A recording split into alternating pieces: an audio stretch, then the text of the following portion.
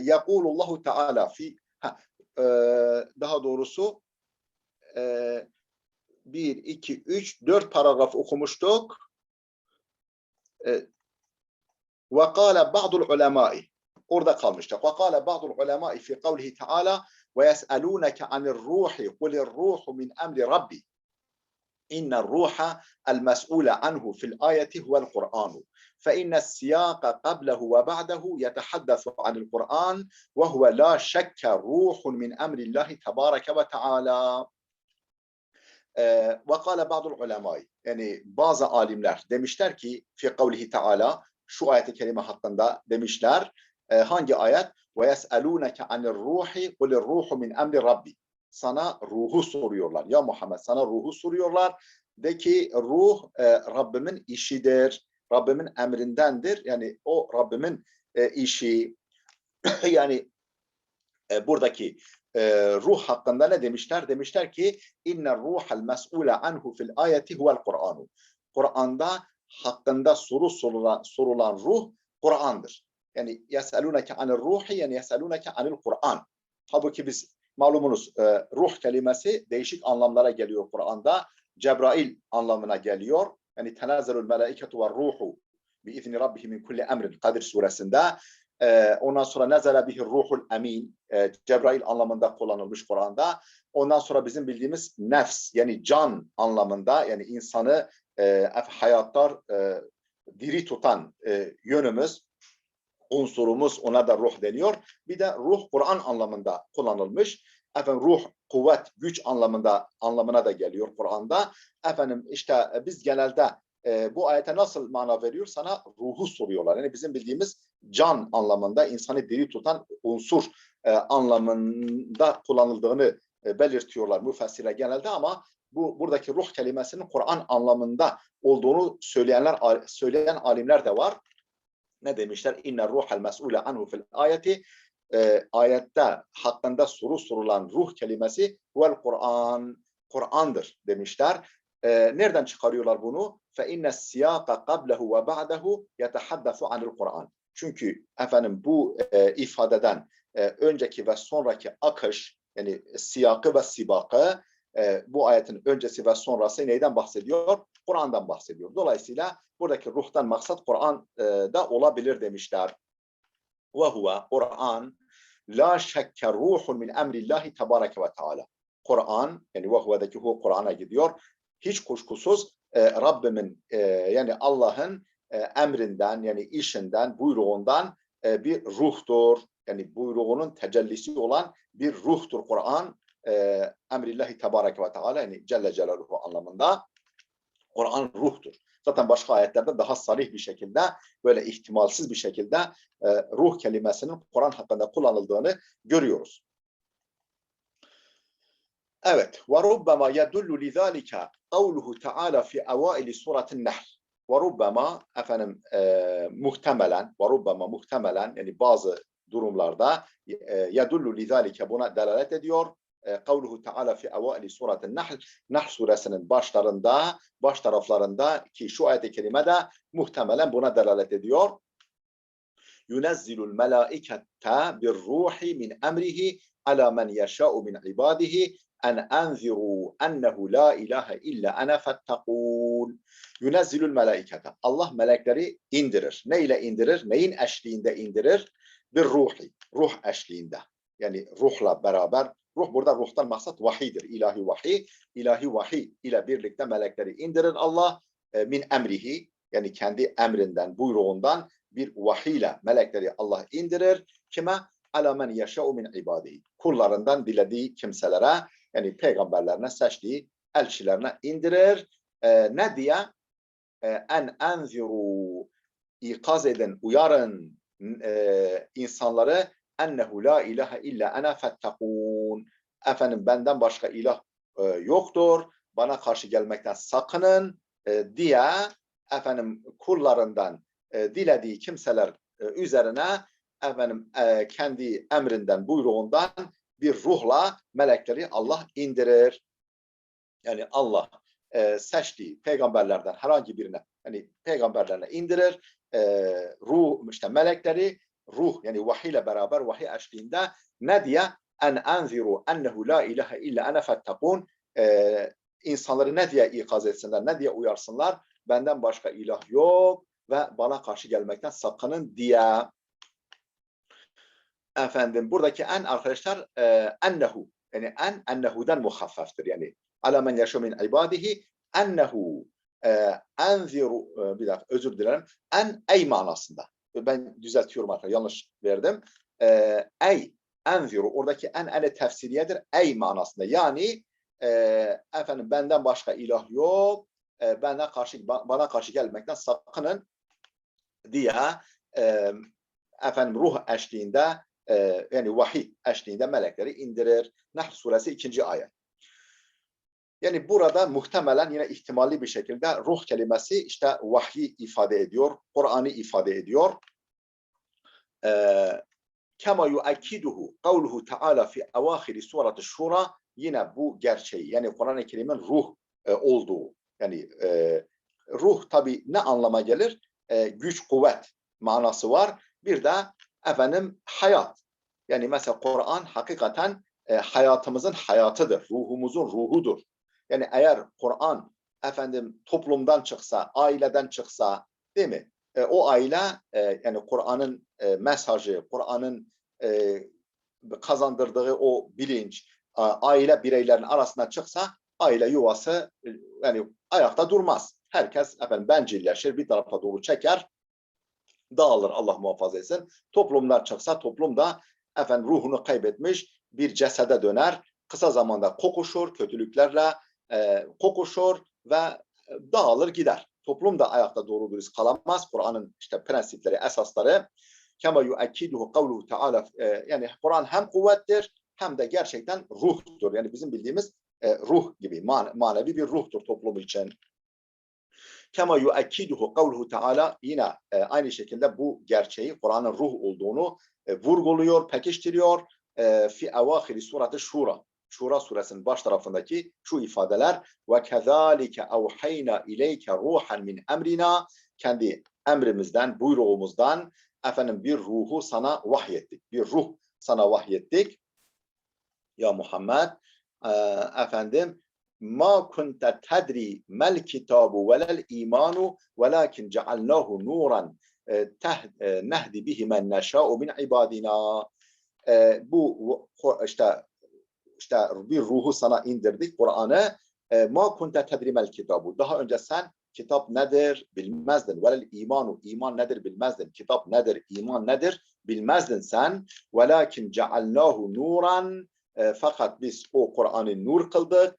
Nehdi bihi men neşâ'u min ibadina kullarımızdan dilediğimize yol gösterdiğimiz efendim yoluna ışık kıldığımız, ışık tuttuğumuz bir nur kıldık bu Kur'an'ı. Velakin cealnahu bu Kur'an'ı kıldık nuran bir nur kıldık. Nasıl bir nur? Nekreden sonra gelen cümle sıfattır. Nehdi bihi men neşâ'u min ibadina kullarımızdan dilediğimize onunla yol gösterelim diye yani yol gösterdiğimiz bir nur kıldık Kur'an'ı.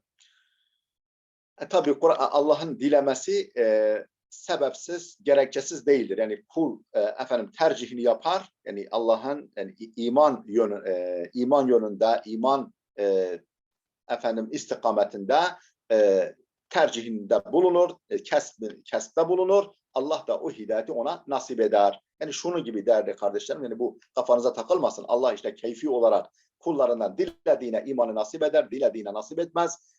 O manada anlaşılmaması lazım. Şunun gibi, yani efendim güneş penceremizin önüne her sabah gelir. O nazlı güneş gelir penceremizin önünde bekler. Neyi bekler? Bizim perdemizi aralamamızı bekler. Perdeyi aralayacaksın ki güneş odamıza süzülsün. Yani o efendim güneş yani güneşin girip de mikrobun hani güneşin girdiği yere doktor girmez veya mikrop girmez derler ya efendim o kalbimiz bir oda gibi efendim iman, hidayet bir güneş gibi efendim her sabah ve her an kalbimizin penceresinin önünde bekliyor. Neyi bekliyor? Bizim perdemizi aralamamızı bekliyor. Perdemizi aralayacağız ta ki o iman ve hidayet güneşi kalbimize süzülsün. Allah dilemezse Efendim hani Ashab-ı Kehf'in mağarasının önünde güneş geliyor ama içeri girmiyor. Yani onlara zarar vermesin, onlar çürümesinler diye girmiyor. Yani Allah isterse imanı nasip etmez. Ama efendim Allah'ın iman nasip etmesi, yani hidayet ışığını efendim kalp odamıza süzdürmesi, efendim oraya hidayetin süzülmesi neye bağlıdır? Bizim gaflet perdemizi çekmemize. Efendim iman, yani güneş ışığı içeri süzülsün. İman ışığı içeri süzülsün diye kalbimizi perdesini aralamamıza bağlıdır. Yoksa durup dururken Allah kimseyi imandan nasipsiz etmez. Fel Kur'anu, yani bütün bu ayetlerden anlaşılıyor ki fel Kur'anu, Kur'an ruhun rabbaniyyun tahya bihil ukulu vel kulub kema ennehu dusturun ilahiyyun yunazzimu hayatel efradi ve şuub. Fel Kur'anu, şu halde Kur'an ruhun rabbaniyyun, rabbani bir ruhtur. Yani Allah kaynaklı, Allah'tan süzülüp gelen bir ruhtur. Tahya bihi ukul vel kulub, akıllar ve kalplerin kendisiyle hayat bulduğu, yani ihya olduğu, hayat bulduğu Rabbani bir ruhtur Kur'an. Kema ennehu dusturun ilahiyyun, efendim aynı şekilde o, yani Kur'an dusturun ilahiyyun, ilahi bir yasadır, ilahi bir prensiptir, prensipler efendim manzumesidir. Yunazzimu hayatel efradi ve şuub, bireylerin ve milletlerin hayatını tanzim eden ilahi bir düsturdur Kur'an. Hani değil mi? Hani ölçüsüz, kuralsız, yasasız, efendim hukuksuz bir toplum yani hayatiyetini sürdüremez. Kur'an-ı Kerim bu yönüyle toplumun, yani gerek bireylerin gerek milletlerin hayatını tanzim eden ilahi bir düsturdur. Aynı zamanda hem akılları ve kalplerin kendisiyle hayat bulduğu Rabbani bir ruhtur. وَقَدْ اِقْتَضَتْ حِكْمَةُ اللّٰهِ تَعَالَى أَنْ يُنَزِّلَهُ مُنَجَّمًا وُفْقًا لِلْحَوَادِثِ لِيَكُونَ أَرْسَخَ فِي الْقُلُوبِ وَأَوْقَعَ فِي الْعُقُولِ. وَقَدْ اِقْتَضَتْ حِكْمَةُ اللّٰهِ تَعَالَى, Allah'ın hikmeti, Yüce Allah'ın hikmeti efendim gerektirmiş ki en yunezzilehu muneccemen, onu ceste, onu efendim parça muneccemen, necim ceste indirmesini ilahi hikmet gerektirmiş. İlahi hikmet onu muneccemen, yani böyle toptan değil de bir anda değil de efendim yıldızların hani kayması gibi, muneccemen yıldızların kayması gibi, böyle efendim hiç beklenmedik anda bir bakıyorsun ki atmosfere bir yıldız süzüldü, bir yıldız kaydı, efendim böyle parlak bir şekilde. Ayetler de öyle muneccemen, ceste efendim parça yıldız kayması gibi, yani atmosferimize yıldızların girmesi gibi, o şekilde ayet bazen mesela birden fazla yıldız kayıyor geliyor, bazen bir tane ayet-i kerimeler de öyle. Yani hiç beklenmedik zamanlarda Allah uygun gördüğü vakitlerde vahiyleri göndermiş. Muneccemen necim kökünden geliyor. Yani parça ceste onu indirmesini ilahi hikmet gerektirmiş. Neye göre bu? Vufkan lil havadifi. Hadiselere uygun olarak. Yani hadiselere efendim ışık tutucu. Efendim sorulara cevap, problemlere çözüm olarak. Vufkan lil havadifi, olaylar oluyor. Efendim bir takım problemler baş gösteriyor veya sorular soruluyor. Onlara uygun olarak ceste onu indirmesini ilahi hikmet gerektirmiş. Niçin böyle? لِيَكُونَ اَرْسَخَ فِي الْقُلُوبِ. Ta ki efendim kalplerde daha iyi kök salsın diye. Rusuh peyda eder. Rasaha, ersaha, liyakune, ta ki olsun Kur'an, ersaha fil kulubi, daha iyi, yani kalplerde daha iyi kök salsın diye, ve evka'a fil ukuli, evka'a daha etkili, daha müessir olsun diye, fil ukuli, akıllar üzerinde daha etkili, daha müessir olsun diye. Yani birdenbire gelseydi, mesela şöyle düşünün, efendim böyle bardaktan boşanırcasına bir yağmur düşünün. Efendim diyelim ki saatte şu kadar metreküp yani yağan bir yağmur nerede? Bir de böyle aheste yavaş toprağa sine günlerce, belki mesela aylarca süren bir yağmur nerede? Yani o ikinci şekildeki yağmur daha iyi toprağa siner, toprağa nüfuz eder ve toprağı çiçeklerle, güzelliklerle bezer, süsler. Kur'an benzetme gibi olmasın. Kur'an'da böyle birden bardaktan boşanırcasına inmemiş. Efendim böyle aheste aheste inmiş ki kalplerde daha etkili olsun, gönüllerde daha iyi kök salsın diye. Ve huve yu'alicul vakai'a bi ayatillah ve yeruddu alel es'ileti ve yuthabbitu fuadar rasuli fi muvacehatil mihani, mihnetin çoğuludur, fi muvacehatil mihani ve şedaidilleti tenzilu bihi ve bi ashabihi. Ve huve Kur'an, o yani Kur'an yu'alicul vakai'a bi ayatillahi. Efendim Allah'ın ayetleriyle olayları ele alıyor. Olayları mualece ediyor, tedavi ediyor. Yani alece yu'alicu, yani olaylara el atıyor, olayları tedavi ediyor. Efendim olayları ele alıyor, işliyor. Ve huve yu'alicul vakai'a bi ayatillahi. Allah'ın ayetleriyle olayları tedavi ediyor, ele alıyor ve yeruddu alel es'ileti, sorulara cevap veriyor. Yani peygambere yöneltilen ve efendim insanların kafasına takılan sorulara cevap veriyor. Ve yuthabbitu fuadar rasuli fi muvacehatil mihani ve şedaidi, mihnetler yani sıkıntılar ve sıkıntılar, zorluklar karşısında peygamberin gönlünü pekiştiriyor.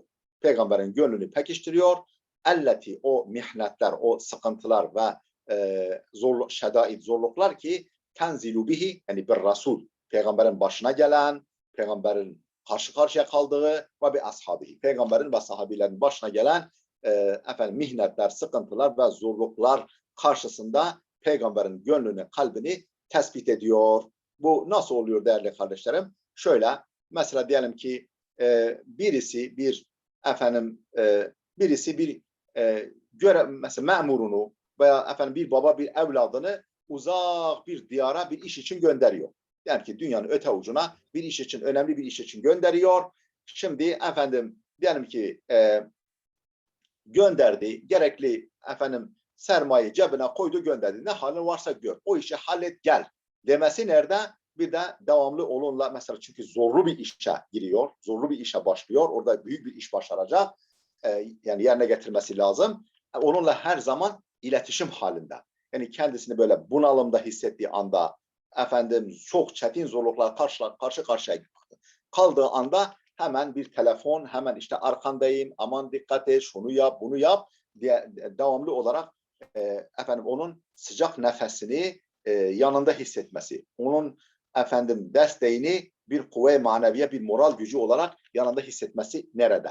Yani birden gönderip ne hali varsa gör, başar, gel demesi nerede? Her an onunla iletişim halinde olması, canı sıkıldığı zaman, morali bozulduğu zaman, ümitsizliğe tam kapılacağı zaman, hemen işte ben yanındayım, şunu şöyle yap, böyle diye onu yönlendirmesi nerede? Benzetme gibi olmasın. Peygamber Aleyhisselam öyle bir elçidir. Allah onu bu aleme, işte insanlara rehberlik için göndermiş. Her an vahyiyle onun yanında olduğunu hissettiriyor. O vahyin sıcak nefesini peygamber kendi yanında hissediyor. Dolayısıyla moral buluyor. Nitekim vahyin fetrete vahiy dediğimiz, vahyin kesildiği zamanlar var. Peygamber bunalıyor. Hatta değil mi? Yani intihar edecek duruma geliyor. Öyle bunalımlara giriyor. Vahiy özlüyor. Yani acaba ben boşlukta mı kaldım? Allah beni terk mi etti? Değil mi? Ma vedda'ake rabbuke ve ma qala. Rabbin sana darılmadı ve seni terk etmedi diye Duha suresinde belirtiliyor.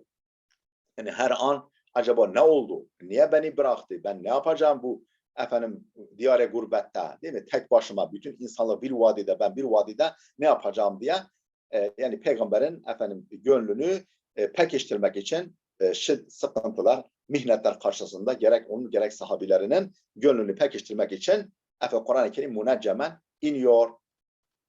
Kema kâle Teala. Nitekim Allah Teala bu konuda şöyle buyurmuş. Ve kâlellezîne keferû levlâ nuzzile aleyhil Kur'anu cümleten vahideten kezâlike linusebbite bihi fuâdek ve rattelnâhu tertîlâ ve lâ ye'tûneke bimeselin illa ci'nâke bil hakki ve ahsene tefsîrâ. Ve kâlellezîne keferû. o inkarcılar dediler ki لَوْلَا نُزِّلَ عَلَيْهِ الْقُرْآنُ cümleten وَاحِدَةً. Kur'an ona cümle-i vahide olarak, yani tek bir, yani bir defada, yani toptan indirilmeli değil mi? لَوْلَا نُزِّلَ عَلَيْهِ الْقُرْآنُ cümleten وَاحِدَةً. Kur'an ona birden indirilmeli, yani tek defada indirilmeli değil mi? Niye böyle parça parça iniyor diye soruyorlar.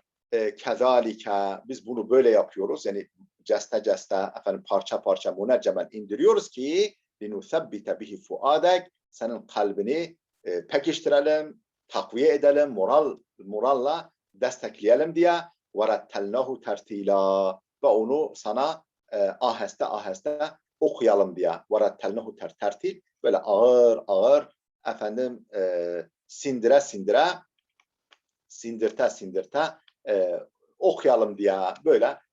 Bunun için Kur'an'ı sana böyle indirdik.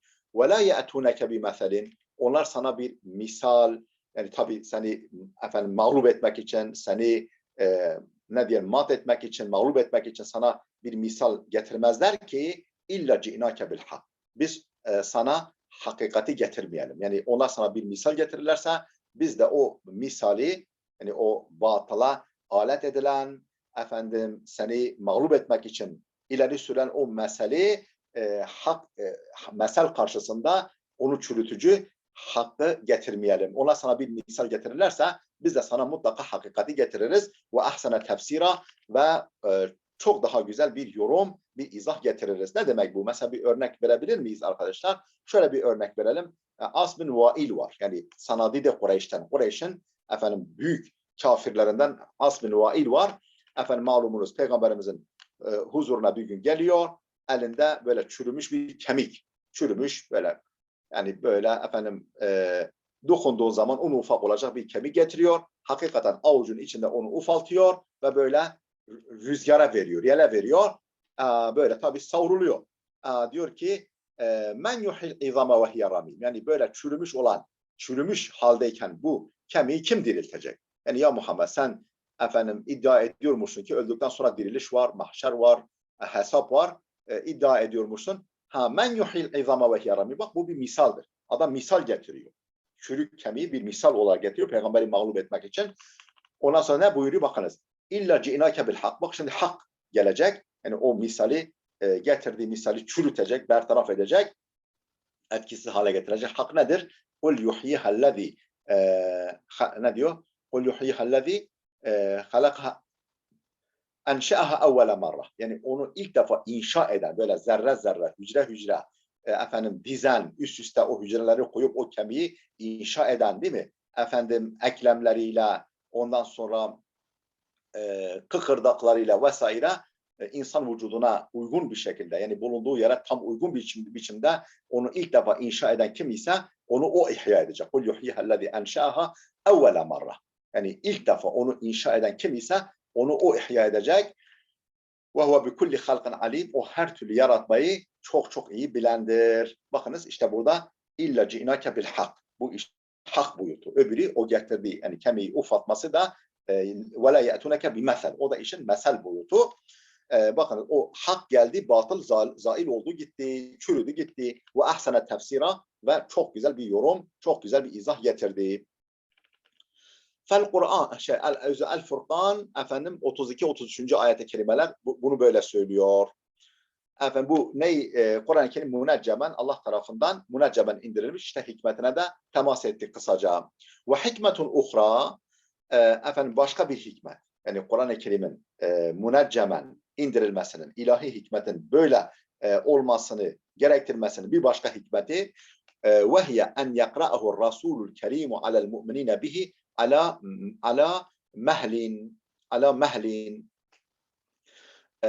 Resul-i Ekrem'in onu kendisine iman eden, Kur'an'a ve Muhammed Efendimiz'e iman eden müminlere okuması, ala mehlin, böyle aheste aheste, zamana yayarak, efendim içselleştirerek okuması, onlara böyle mühlet vere vere aheste aheste okuması, bihaythu, öyle bir okuması ki yestev'ibunehu, onu kavrasınlar, hıfzan, onu kavrasınlar, hıfzan gerek ezber bakımından ve fehmen anlamak bakımından ve amelen yani hem efendim hıfzını kavrasınlar hani iyice kavrayacak, akıllarından çıkmayacak şekilde hafız etsinler, anlasınlar ve pratiğe döksünler ve onunla amel etsinler diye bihaythu öyle bir biçimde efendim mühlet vere ağır ağır okusun ki onlara yestev'ibunehu onu kavrasınlar ne bakımdan?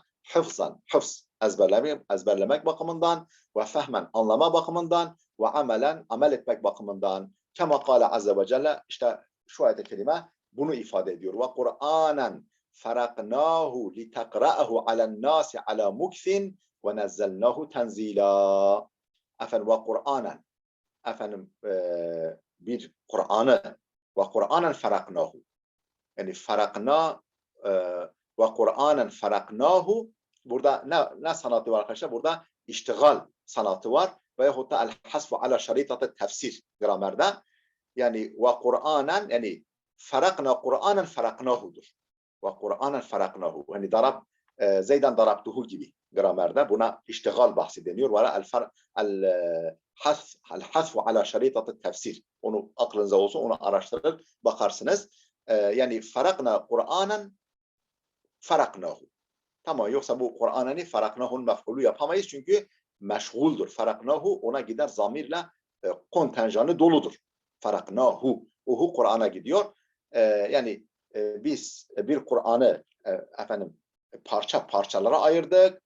Niçin? Litakra'ahu alen nasi onu insanlara okuyasın diye ala mukfin efendim bekleye ağır ağır zamana yayarak ve nezzelnehu tenzila.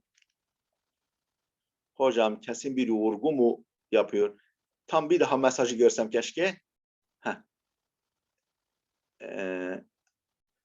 Hasna kardeşim sorabilirsiniz. Böyle sorular geldiği zaman bana sorabilirsiniz. Araya girip sorabilirsiniz. Olur mu?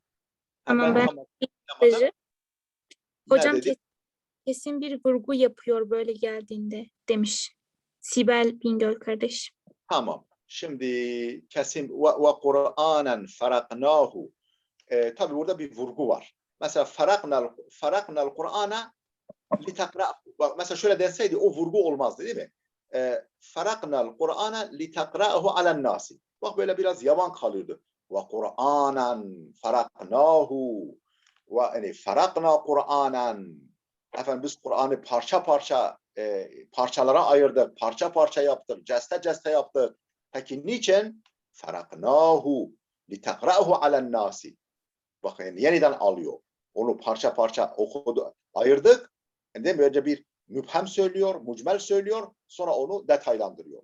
Yani farakna Kur'anen faraknahu. Orada gizli bir yani fiil var. Yani farakna Kur'anen. Peki nereden biliyor o gizli fiil olduğunu? Faraknahu onu tefsir ediyor. İşte bunun için el-hasfu ala şaritatı tefsir. Yani bir hazif var tefsir şartıyla. Orada bir ifadenin onu tefsir etmesi, ona ışık tutması şartıyla. El-hasfu ala şaritatı tefsir veyahut da babul iştigal. Niye iştigal demişler? Çünkü faraknahu'daki farakna, ikinci farakla yani faraknahu hu ile meşguldur. Kontenjanı doludur, mef'ulunu almış. O mef'ul nereye gidiyor? Kur'an'a gidiyor. Dolayısıyla Kur'an'ı ona mukaddem mef'ul yapamayız. Yani mesela şöyle olsaydı ve Kur'anen farakna litakrahu alen nasi. Böyle olsaydı o zaman Kur'an'ın faraknanın mukaddem yani öne geçirilmiş mef'ulü olurdu. Ama faraknahu olunca artık Kur'an'ı faraknaya mef'ul yapamayız. İkinci bir faraknayı takdir etmemiz lazım. Varsaymamız lazım. Güzel. Burada vurgu var. Hakikaten. Hani ve Kur'anen faraknahu litakrahu alen nasi ala muksin nerede? Bunu söylemek. Buradaki ağırlık nerede?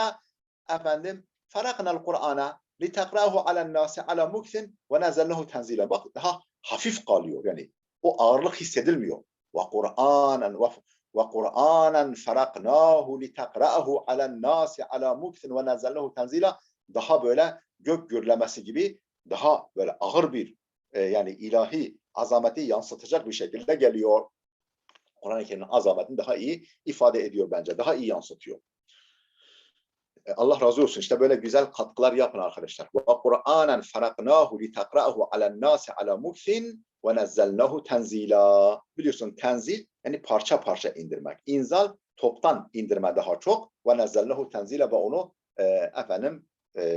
gerçekten parça parça indirdik Kur'an'ı.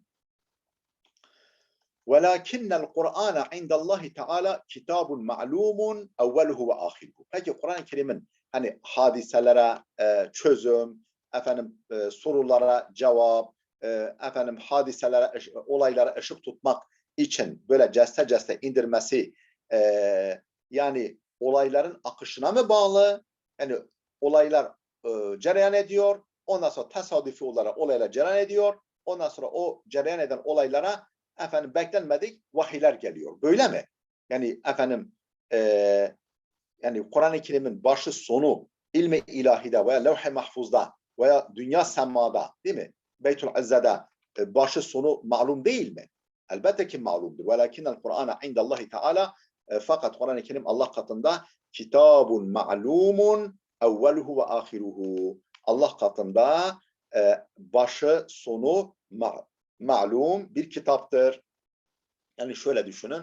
Mesela diyelim ki bir prefabrik ev düşünün. Veya bir prefabrik saray düşünün. Büyük bir saray, prefabrik parçaları önceden hazırlanmış. Ne yapılıyor? Hazır. Yani nasıl bir şey olduğu belli zaten. Ondan sonra ne yapıyor? Parça parça indiriliyor. Bir yerde o yeniden inşa ediliyor. Parçalar birbirine monte edilerek yeniden inşa oluyor. Yani o şekilde düşünün arkadaşlar. Veya mesela çocukların hani yapboz şeyleri var ya, parçaları hepsinin yeri bellidir. Onunla gelip yerine oturduğu zaman Kur'an-ı Kerim teşekkür ediyor, meydana geliyor. Yoksa haşa Kur'an-ı Kerim işte tesadüfen olaylara binaen akıyor. O öyle bir durum olmaz. Yani olmadığı zaten Kur'an-ı Kerim'in mesela surelerinin ne kadar birbiriyle irtibatlı olduğu. Değil mi? Yani 23 sene gibi uzun bir zamanda çok değişik problemlere çözüm, çok değişik sorulara cevap, çok değişik hadiselere ışık olsun diye indirildiği halde Peygamber Efendimiz çok değişik halete ruhiyelerinde indiği halde sanki sebep birdir. Sanki aynı gün inmiş gibi. Bu kadar birbiriyle irtibatlı. Mesela şöyle kıyaslayın. Diyelim ki bir Buhari veya Müslim'i, değil mi? En sahih kitaplarımızı Kur'an gibi okuyabilir misiniz? Mümkün değil. O akış yok. Peygamberin sözleri onlar. Ama yani dolayısıyla o kaldı ki Peygamber Aleyhisselam insanların en edibi, en fasihi, en beligi olmasına rağmen, cevami'ül kelim olmasına rağmen onun sözleri de hiçbir zaman Kur'an'ın seviyesine ulaşamıyor. Yani Kur'an gibi onları okumak, onların böyle birbiriyle irtibatlı olduğunu söylemek mümkün değil. Tabii her bir hadisin başı sonu birbiriyle irtibatlı olduğunu demek istemiyorum. Ama Kur'an gibi yani böyle birbiriyle bağlantılı, böyle şelale gibi akan, zemzem gibi insanın içini ferahlatan, Kevser gibi ferahlatan bir durumu yok. Yani Kur'an gibi değil malumunuz. Evveli sonu belli. Museccelun fi ummil kitab evvel levhil mahfuz evvel kitabil meknun. Yani ayetlerde ummul kitapta kaydedildiği de belirtiliyor. Levh-i mahfuzda kaydedildiği de belirtiliyor. Kitab-ı meknun yani o saklı kitap, o korunaklı kitapta kaydedildiği de belirtiliyor. Bunun hepsi levh-i mahfuz anlamında. Museccelun tescil edilmiştir, kaydedilmiştir Kur'an fi ummul kitap. Ummul kitapta veya başka bir ifadeyle evvel levh-i mahfuz, levh-i mahfuzda evvel kitab-ı meknun veyahut da kitab-ı meknun saklı kitap ki yine levh-i mahfuz yani bütün evrenin ana belleği gibi arkadaşlar. Yani hani bilgisayarlar var. Bir de bütün bilgisayarların mesela bağlı bulunduğu bir ana bellek var. Büyük bir böyle bellek var. Yani levh-i mahfuz bütün kainatın ana belleğidir. Yani kainatta ne oluyor ne bitiyorsa hepsi orada önceden kayıtlı, bellidir yani. Kur'an da orada tabii mevcut. Kema sarraha bizalikel Kur'anu nefsuhu nitekim Kur'an-ı Kerim bizzat kendisi bunu açıkça ifade etmiş, tasrih etmiş. Yani açıkça bunu belirttiği gibi nitekim Kur'an bunu açıkça belirtmiş. Nerede?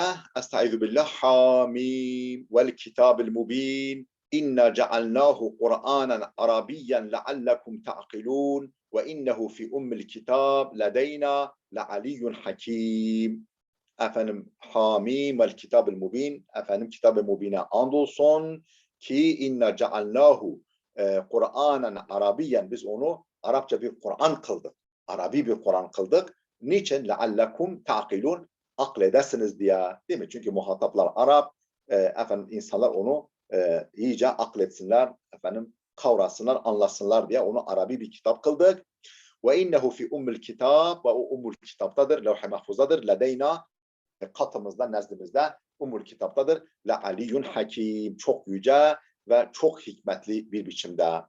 Yani innehu aliyyun, la aliyyun hakim. O çok alidir, yücedir ve çok hakimdir, çok hikmetlerle doludur. Zuhruf suresi 1-4. ayetler. Burada umul kitapta olduğunu belirtiyor. Yani başı sonu belli anlamını belirtiyor. Yani bel huve Kur'anun mecidun, efendim Kur'an şanlı bir kitaptır. Mecid, şanlı, şerefli bir kitaptır. Fi levh-i mahfuz, levh-i mahfuzdadır. Burada levh-i mahfuz ifadesini kullanıyor. Efendim innehu le Kur'anun kerimun fi kitabül meknun. Burada da saklı kitap, korunaklı kitap ifadesini kullanıyor yine levh-i mahfuz için. La yemessuhu illel mutahharun.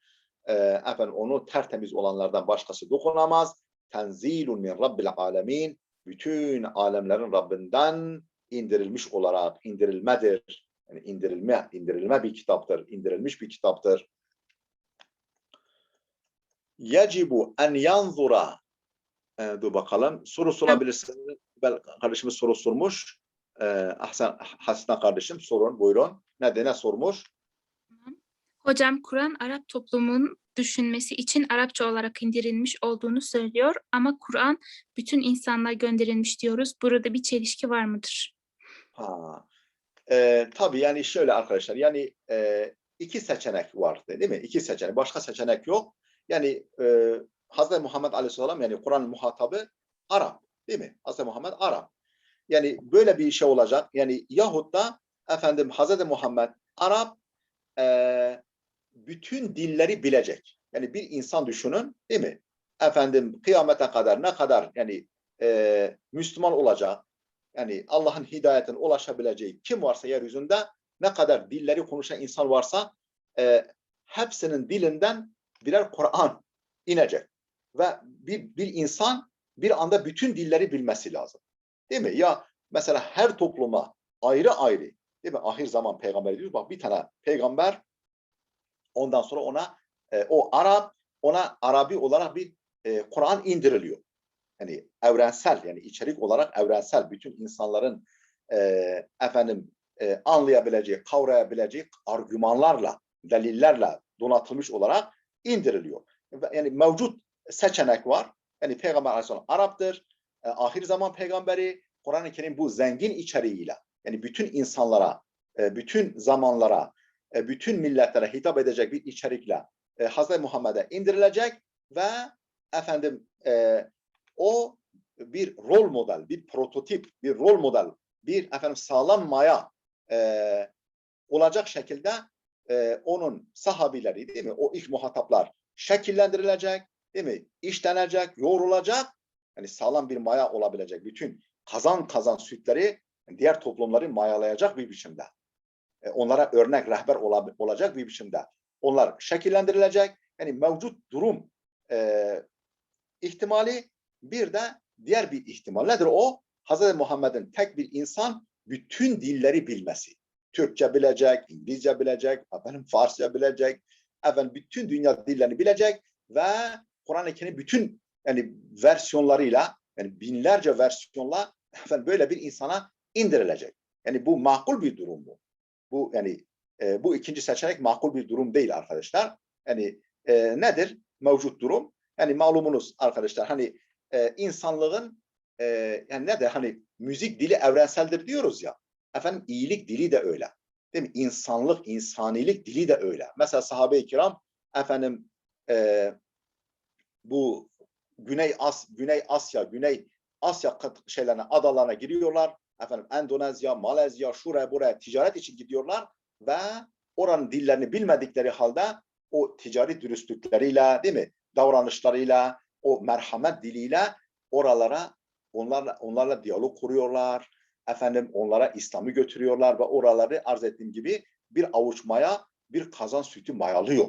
Yani değiştirip dönüştürebiliyor. Efendim Kur'an-ı Kerim yani lafzi olarak belki tercüme edilmemiş o dönemlerde başka dillere, ama yani zaten insanlar lisan-ı halle onu zaten tercüme ediyorlar. Onu yansıtarak, değil mi?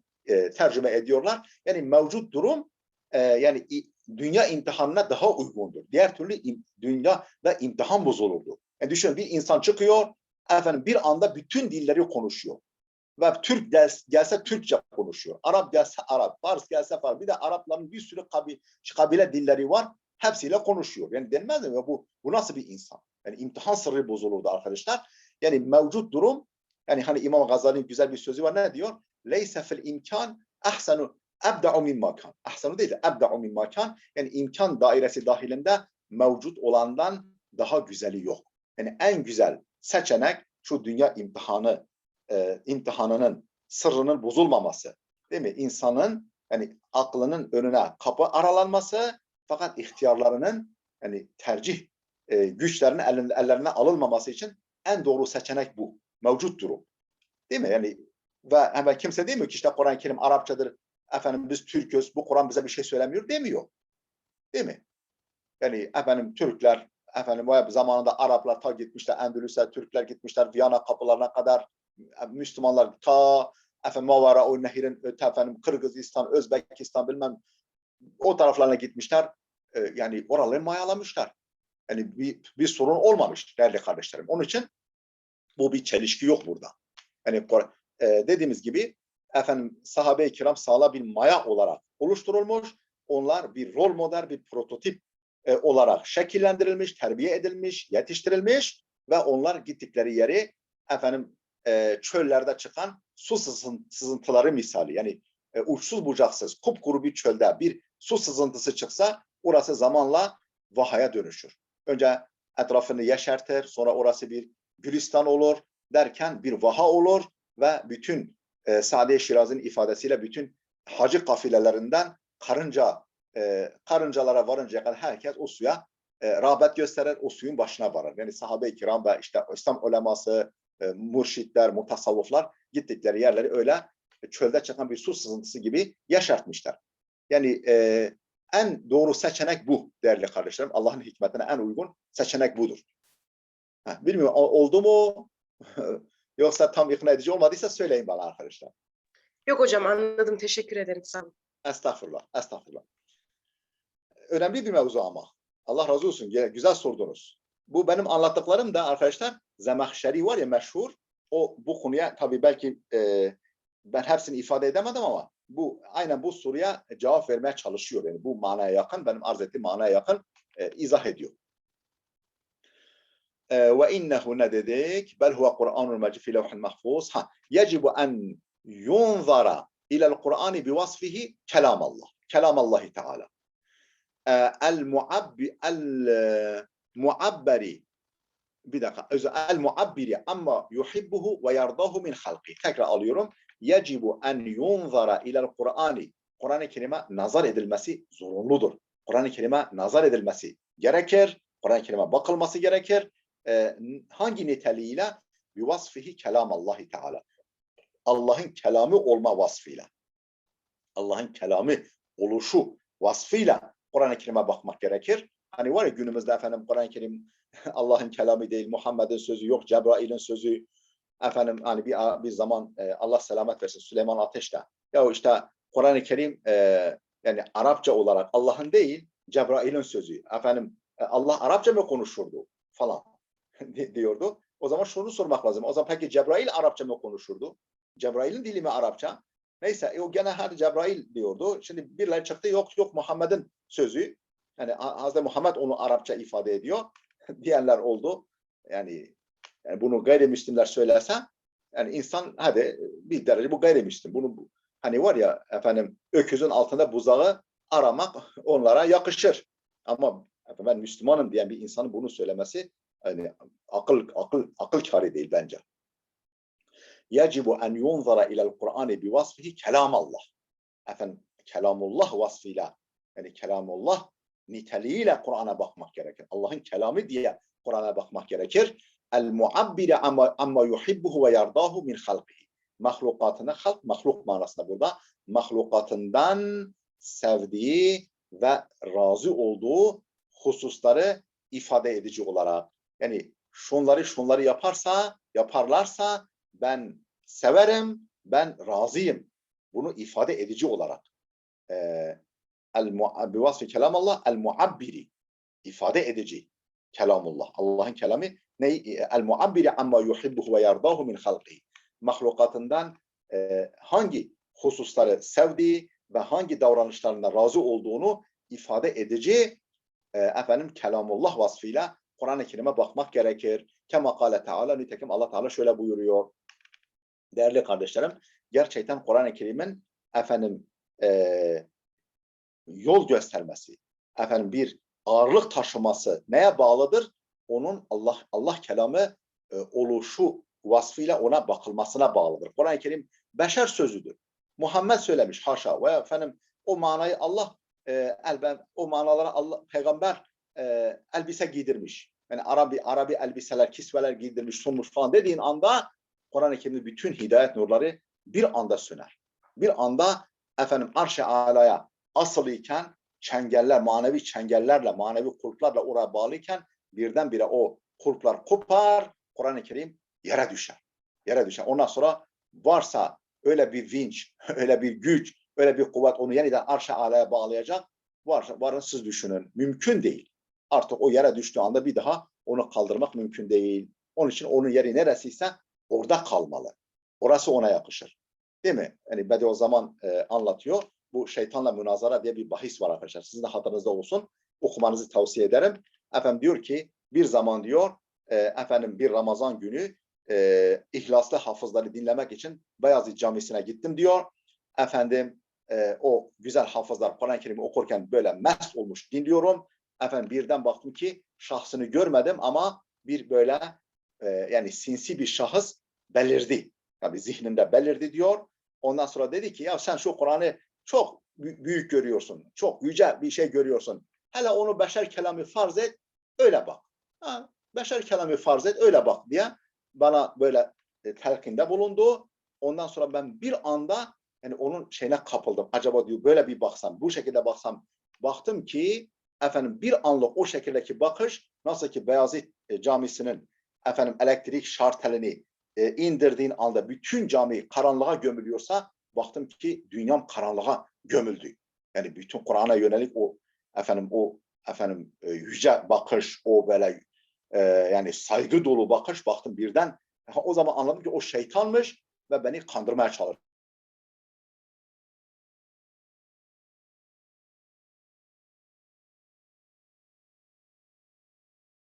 Onunla münazara. Anlatabildim mi arkadaşlar? Oraya o detaylı anlatıyor. Şeytanla münazara. Yani şeytanla orada münazaraya giriyor. Ey şeytan işte sen böyle diyorsun işte ona böyle sen ondan sonra şeytan sanki böyle onunla bir diyalog gibi bir böyle karşılıklı tartışıyorlar adeta. O böyle bir bahis. Şeytanla münazara. Öyle şeyde yazarsanız Google'da falan bulursunuz muhtemelen. Şimdi bakınız Karadavi de aynı şeye vurgu yapıyor. Kelamullah vasfını tırnak içinde koruyarak bu vasfına sahip olduğunu bilerek Kur'an'a bakmak lazım. Başka türlü baktığın zaman onun hidayet nurları gözün önünde tek tek söner ve ruh dünyan, senin manevi dünyan karanlığa gömülür. El-muabbire amma yuhibbuhu ve yardahu min halqihi kema kâle Teala. Yani Kur'an-ı Kerim insanlardaki marziyat-ı ilahiyenin mütercimidir. Yani Allah bizde nelerden razı, hangi duygularımızdan, hangi düşüncelerimizden, hangi niyetlerimizden, hangi eylemlerimizden razı, Kur'an-ı Kerim bunu ifade ediyor bize. Kema kâle Teala, nitekim Allah şöyle buyurmuş, ve in ahadun minel müşrikîne istecareke fe'ecirhu hatta yesma'a kelamallah. Bak tırnak içinde diyorum kelamallah. Thumme eblighu me'menâ. Ya Muhammed, şayet müşriklerden herhangi bir kimse, sıradan bir kimse bile, müşriklerden herhangi bir kimse, öyle kodaman falan olması da gerekmez, herhangi bir kimse istecareke, senden eman dilerse, senden eman, bana güvence ver, bana teminat ver, ben gelip Kur'an-ı Kerim'i dinleyeceğim. Yani senin Allah'ın kitabı dediğin kitabı dinleyeceğim.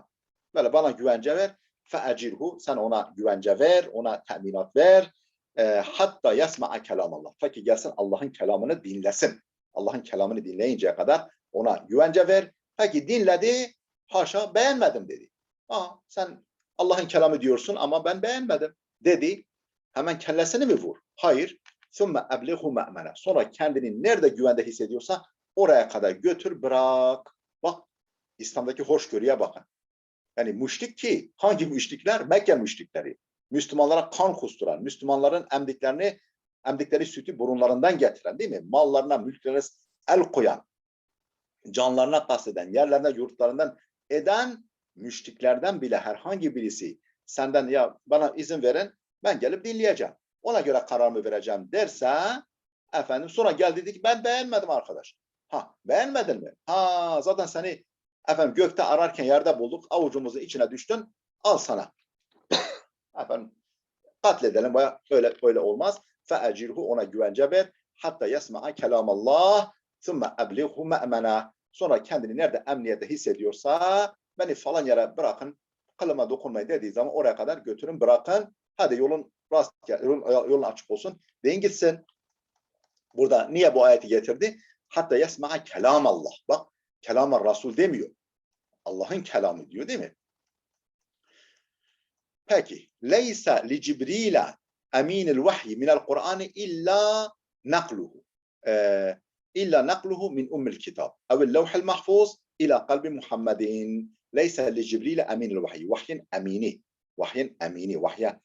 Vahye karşı emin zat olan Cebrail'in yok. Minel Kur'an'ı. Kur'an hakkında Cebrail'in yok. Yani hiçbir yetkisi yok. İlla nakluhu. Ancak aktarması var. Aktarma rolü var. Nereden? Min ummul kitap. O daha önce ifade edilen ummul kitaptan. Evvel levh-i mahfuz veya da levh-i mahfuzdan. Nereye? İla kalbi Muhammed. Ummul kitap veya levh-i mahfuzdan kalbe Muhammed'e. İntikal ettirmekten başka Cebrail'e düşen hiçbir şey yok. Cebrail'in tek rolü bu.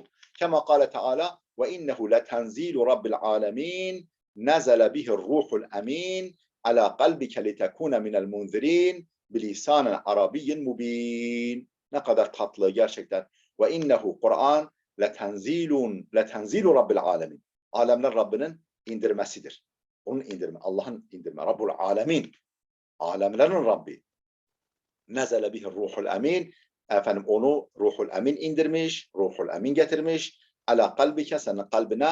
Niçin? Litekune minel munzirin. Sen uyarıcılardan olasın diye. Bilisanen arabiyyin mubin. Nasıl uyarıcılardan olasın? Efendim apaçık bir Arapça lisanla. Şu Ara suresi 192-195. Ve leyse li Muhammeden minhu minel Kur'an. Peki Muhammed'in Kur'an'a yönelik rolüne ve leyse li Muhammeden minhu minel Kur'an efendim illa kıraatuhu ve hafzuhu hatta la yansa. Onu okuması, efendim ezberlemesi, unutmayacak şekilde hatta la yansa unutmayacak şekilde onu hafız etmesi ve onu okuması rolü var Hazreti Peygamber'in. Kema kâle Teala, nitekim Allah Teala şöyle buyurmuş. Sen ukri'uke felâ tensa. Biz onu sana okutacağız ve sen unutmayacaksın. La tuharrik bihi lisaneke li ta'cele bih. O vahyin gelişi esnasında efendim acele okuyup da hafız edeyim diye dilini depreştirme. Böyle acele dilini depreştirme, dilini oynatma. Li ta'cele bih, onu acele kapayım, acele zihnime nakşedeyim diye dilini depreştirme. Kur'an vesilesiyle, Kur'an inmesi vesilesiyle. Niçin? İnne aleyna cem'ahu ve Kur'an'a. Onu efendim zihninde toplamak, belleğinde cem etmek ve onu efendim okutturmak ve Kur'an'a. Onu dilinden döktürmek, onu sana okutturmak efendim ve onu belleğinde cem etmek, toplamak bize düşer, bizim görevimizdir buyuruyor. وَاتْلُوا مَا اُوحِيَ اِلَيْكَ مِنْ كِتَابِ رَبِّكَ. Rabbinin kitabından sana vahyedileni tilavet et. لَا مُبَدِّلَ لِكَلِمَاتِهِ. Allah'ın kelimelerini değiştirecek hiçbir kimse yoktur, hiçbir şey yoktur, hiçbir kimse yoktur. لِكَلِمَاتِهِ وَلَنْ تَجِدَ مِنْ دُونِهِ مُلْتَحَدًا. Ve Allah dışında herhangi bir sığınak bulamazsın. وَلَنْ تَجِدَ مِنْ دُونِهِ مِنْ دُونِ اللّٰهِ مُلْتَحَدًا. Multahada melce. Efendim melce, sığınak bulamazsın. Vakat kâne min muhimmetir Rasul. Tabi Peygamber Efendimizin birinci görevi bu. Yani nedir o birinci görevi? Kıraati ve hafızı. Kıraati ve hafızı. İkinci görevi vakat kâne min muhimmetir Rasul tilavetu tilavetu ayatillahi alennas. Efendim Allah'ın ayetlerini insanlara okumak gibi bir mühimmesi, bir görevi de var. Bir önemli görevi de var. Kema kâle Teala huvellezî ba'ase fil ummiyyîne rasûlen.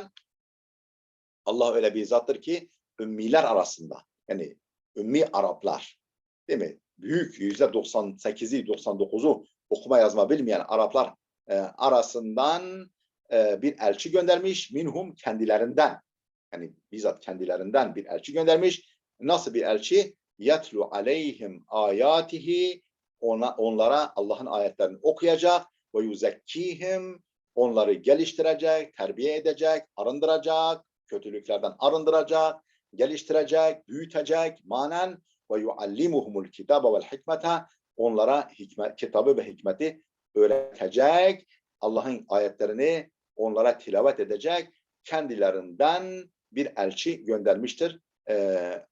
Efendim Arapların içinden böyle bir elçi göndermiş. Cuma suresi 2. ayet. Bu da ikinci görevi, yani tilavet etmesi. Sümme tertiluhu ve tedebburuhu. Sonra efendim onu tertil etmesi ve tedebbür etmesi, üzerinde düşünmesi. Tertil ve tedebbür. Tertil yine o da aheste aheste, ağır ağır okumak, içselleştire okumak ve tedebbür etmek, üzerinde inceden ince tefekkür etmek. وَرَتِّلِ الْقُرْآنَ tertile. Bu da ona delildir. وَرَتِّلِ الْقُرْآنَ tertile. Az kaldı vaktimiz. Efendim azı bir yere bağlayalım. Kitabun enzelnahu ileyke mubarakun liyeddebberu ayatihi ve liyetezekkara ulul elbab. Kitabun, bu bir kitaptır ki enzelnahu ileyke, sana indirdiğimiz bir kitaptır bu. Mubarakun, mübarek bir kitaptır. Niçin indirdiğimiz? Liyeddebberu ayatihi, ayetlerini evre çevire, enine boyuna, efendim dört bir yanıyla tefekkür etsinler, üzerinde düşünsünler diye. Ve liyetezekkara ulul elbab, efendim gerçek akıl sahiplerinin, efendim safi, duru, temiz akıl sahiplerinin ibret alması ve ayetlerini inceden ince düşünmeleri için sana indirdiğimiz mübarek bir kitaptır bu. Bir başka görevi ثُمَّ تَبْلِيغُهُ اِلَى النَّاسِ كَمَا unzil, sonra nasıl indirilmişse kendisine insanlara tebliğ etmesi. Değil mi? Hani bakınız aslında gündemdeki şeylere cevap. Yani Kur'an-ı Kerim kimin sözü? Allah'ın sözü. Bak bu kadar vurgu üstüne vurgu var. Bu kadar tahşidat var. Bu kadar yığınak var. ثُمَّ تَبْلِيغُهُ اِلَى النَّاسِ. Peygamberin bir başka görevi nedir? İnsanlara tebliğ etmesi onu. Kema unzil. Nasıl tebliğ etmesi? Nasıl inmişse, nasıl indirilmişse. Kema kâle Teala ya eyyuhar rasulü belliğ ma unzile ileyke min rabbike. Ya Resul, ey elçim, efendim Rabbinden sana indirileni tebliğ et. Ve in lem tef'al, şayet bunu yapmazsan fema bellagte risalete, sen onun mesajını, onun misyonunu iletmiş olmazsın, iletmemişsin demektir. Vallahu ya'simuke minen nas. Peki ama karşındaki insanlar efendim zorba zalimler, bana zarar dokundurabilirler. Onu endişe et, onu düşünme diyorsan. Vallahu ya'simuke minen nas. Allah seni insanlardan koruyacaktır. Sen dobra dobra söyle, açık açık söyle. Allah seni insanlardan koruyacaktır, onların kötülüğünden. وَقَدْ بَلَّغَ aleyhissalatu vesselam kullama unzile ileyhi min rabbih ilen nasi ammeten. Yani hakikaten bu ayet-i kerimenin de ifade ettiği gibi Hz. Muhammed sallallahu aleyhi ve sellem Rabbinden kendisine bütün indirilenleri, her bir indirileni tebliğ etmiştir. İlen nasi ammeten. Bütün insanlara efendim Rabbinden kendisine indirilen her şeyini tebliğ etmiştir. Ve ile ashabihi hasaten. Bütün insanlara ve özellikle sahabilerine. Fehafizuhu fi sudurihim. Onlar da sinelerinde, gönüllerinde hafız etmişler. Ve televhu bi elsinetihim. Dilleriyle onu tilavet etmişler. Ve ketebehu kuttabul vahyi bi eydihim. Vahiy katipleri de onları, o vahiyleri, Kur'an'ı efendim elleriyle yazmışlar. Efendim şunu da okuyalım, bu örneği okuyalım. Vaktimiz geçti ama bunu örneklendiriyor. Kâlet Ayşetu. Hazreti Ayşe validemiz buyurmuş ki لَوْ كَانَ مُحَمَّدٌ كَاتِمًا شَيْئًا مِمَّا اُنْزِلَ عَلَيْهِ. Yani kendisine indirilen şeylerden herhangi bir şey Hazreti Muhammed ketmetseydi, gizleseydi, iletmeseydi لَكَتَمَ هَاُولَيْ الْآيَاتِ. Şu ayetleri ketmederdi. Şu ayetleri gizlerdi. Nerede? Hangi ayetler? Şu iki ayet. Ve tuhfi fi nefsike mallahu mubdihi ve tahşen nasa vallahu ahakku en tahşahu. Bir de ya eyyuhen nebiyyü lima tuharrimu ma ahallallahu leke tebtagi merdati ezvacik. Tahrim 1, Ahzab 37, Tahrim 1. Konu ne arkadaşlar? Bu Hazreti Zeynep validemizin Hazreti Zeyd yani azatlı kölesi olan, Peygamberimizin azatlı kölesi olan Hazreti Zeyd'le bizzat Peygamberin tavassutuyla, aracılığıyla Kureyş'in asilzadelerinden olan bir ailenin kızı, Peygamberimizin de halasının kızı Zeynep Peygamberin aracılığıyla Zeyd'le evlendiriliyor. Azatlı köle. Yani o durumda böyle bir azatlı köleyle bir asilzade hanımın evlendirilmesi olacak şey değil. Evlendiriliyor. Daha sonra bunlar geçinemiyorlar. Zeyd Peygamberimizin tavsiyesine rağmen yani eşini bırakma, Allah'tan kork falan dediği halde daha sonra işte boşanıyor. Allah felemma kada Zeydun minha vataran zevvecnâkeha. Tamam yani Zeyd onunla alakasını bitirince alakasını kesince biz onu seninle evlendirdik. Yani Zeynep'in o Peygamberimizle evlendirilmesi. Peygamber bunu istemiyor. Bunu istemiyor. Haşa bazıları işte yok gördü, çamaşır yıkarken gördü, yok vuruldu haşa. Öyle bir şey olur mu? Yani kendisi aracı oluyor. Biz istese kendine zaten 40 defa verirler. Yani sanki görmemiş. Yani bu uzun hikaye. Yani peygamber yani Allah bunu yani Zeyd onunla alakasını kesince onu boşayınca onu biz seninle evlendirdik. Yani peygamber çünkü o günkü şartlarda Hazreti Peygamber'in Zeynep'le evlenmesi bir adamın kendi geliniyle, öz geliniyle boşanmış olan öz geliniyle evlenmesi gibi bir şey. Yani peygamber bir şey saklasaydı bunu saklardı. Yani bunu böyle bir ilahi emir olduğunu söylemezdi yani. Ve yani o olacak şey değildi. Ama Allah buyurunca isteyince mecbur kalıyor. Ve tuhfi fi nefsike mallahu mubdihi. Sen içinde saklıyordun Allah'ın dışa vuracağı şeyi ve tahşen nasa vallahu ahakku en tahşahu. Ve tahşen nasa insanlardan çekiniyordun. Vallahu ahakku en tahşahu. Allah kendisinden korkulmaya, endişe edilmeye daha layıktır. Yani neydi? Ve tuhfi fi nefsike mallahu mubdihi. Yani Allah'ın senin içinde yani Allah'ın açığa vuracağı şeyi sen içinde saklıyordun. Haşa bu Zeynep'le evliliği niyeti değil arkadaşlar. Zeynep'le evliliği niyeti değil. Allah'ın böyle bir muradının olduğu. Peygamber böyle bir ilahi muradın olduğunu dışa vurmak istemiyor.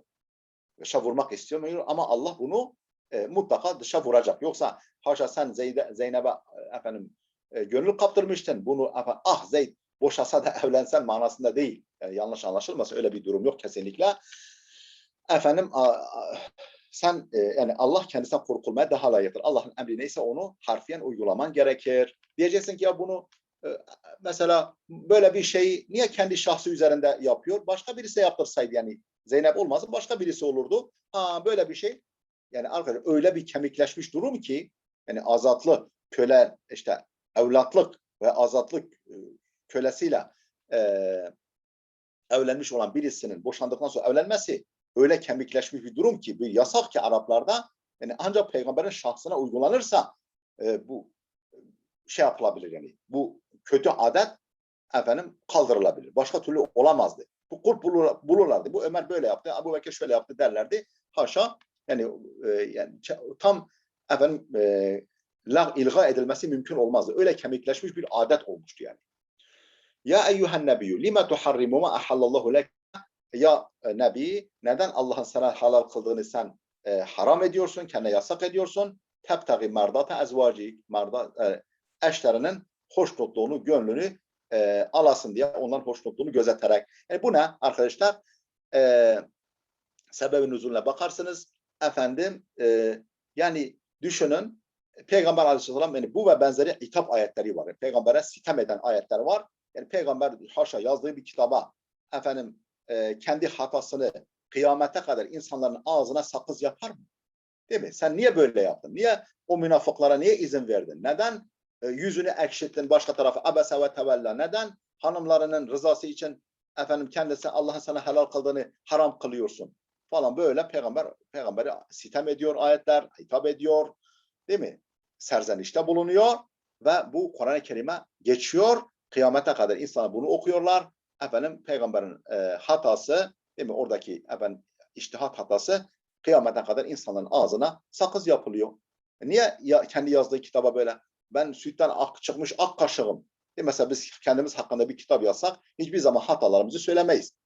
Değil mi? Yani o Abdülaziz Hoca veya bilmem Ahmet, Mehmet hep böyle sütten çıkmış ak kaşık. Öyle gösteririz. Halbuki bin bir türlü hatamız var. Değil mi? Kitabımıza bunu yazıp da insanların diline düşürür müyüz bu gibi şeyleri? Neyse.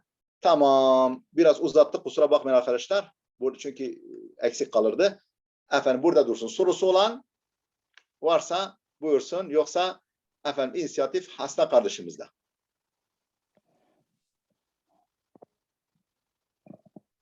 Soru yok galiba hocam. Yok mu? Tamam. O zaman programı tamam. Tercih sizin. Kapatabilirsiniz. Allah razı olsun hocam. Cümlemizden Allah muvaffak etsin.